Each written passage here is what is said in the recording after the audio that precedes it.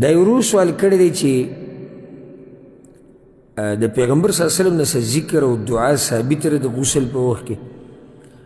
جواب د دې مسلې دا دی چې په حدیثو کې د پیغمبر صلی الله علیه وسلم نه خاص ذکر او دعا د غسل په وخت کې نه نقل، لکه څنګه چې د چاردام سره د په اوله کې او په آخره کې داسې د غسل سره نشته، الا دا چې بعضو فقهاو جمهور الفقهاو دا خبر مستحب ګرځولې ده، وایي کله چې ته غسل کې په اوله کې بسم الله ووایه،